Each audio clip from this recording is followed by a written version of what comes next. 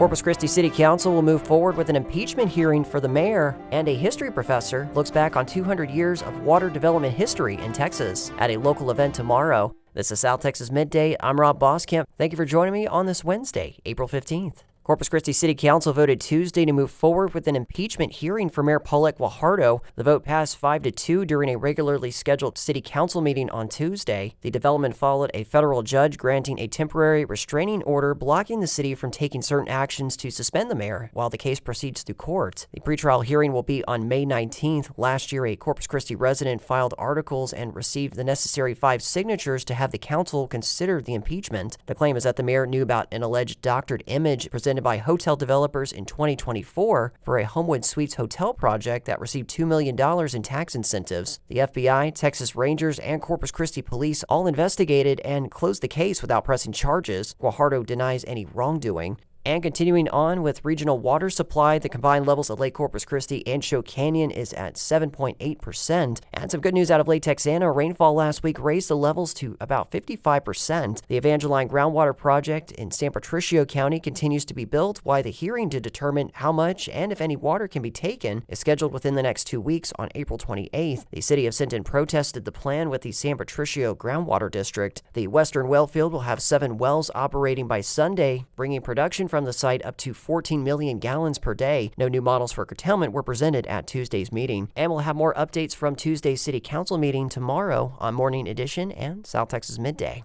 And while the city of Corpus Christi eyes an uncertain future as drought conditions and a water shortage continue, it's been quite a year. Water supplies are gradually on the decline. Surrounding cities are at odds, having their own resources. Even Governor Greg Abbott has threatened a state takeover of the city's water management. But when you look at history, it's not really anything new. Tomorrow, a history professor travels to Corpus Christi to reminisce on 200 years worth of Texas water development that has led to this point for Texas. You're going to see over 200 years that oftentimes discussion about water development leads to conflict between communities as well, as one town feels like they're being robbed of water rights and another town feels like they're being ignored. That's Dr. Kenna Archer, an associate professor at Angelo State University's Department of History. She wasn't even referring to Corpus Christi's water concerns in 2026, but a disagreement between Corpus Christi and Galveston from the late 1800s. Archer will be a guest speaker this week at Texas A&M University Corpus Christi. The university and the Historical Forum will host her presentation, When the Well Goes Dry, a history of water feast, water famine, and hydrological development. There are all sorts of connections you can draw that help explain what's going on. Perhaps the most obvious is that for much of its history, navigation and shipping and deep water was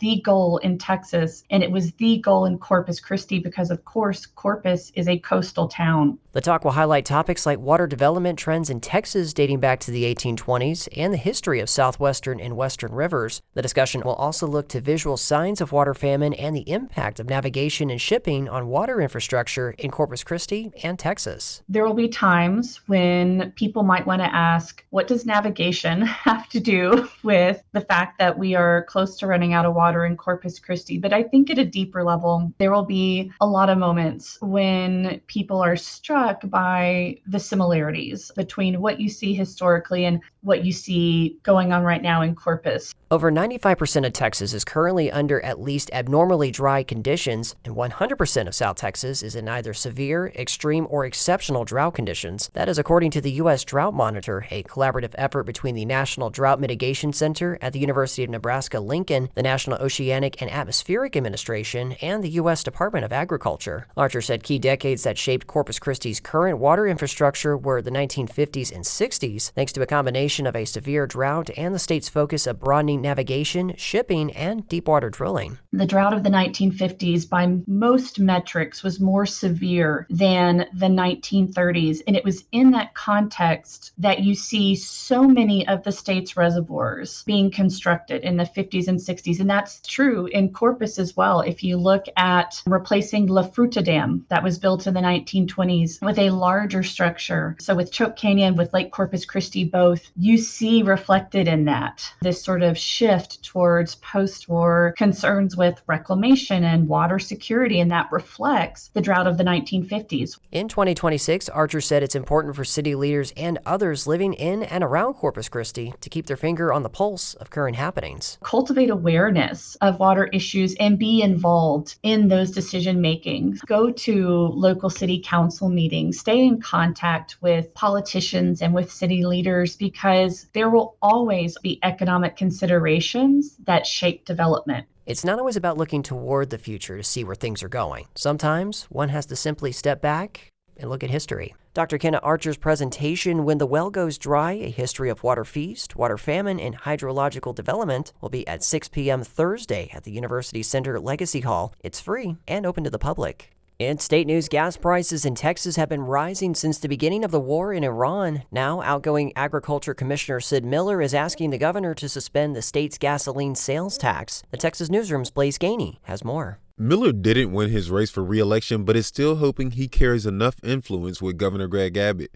On Tuesday, Miller called on him to suspend the tax.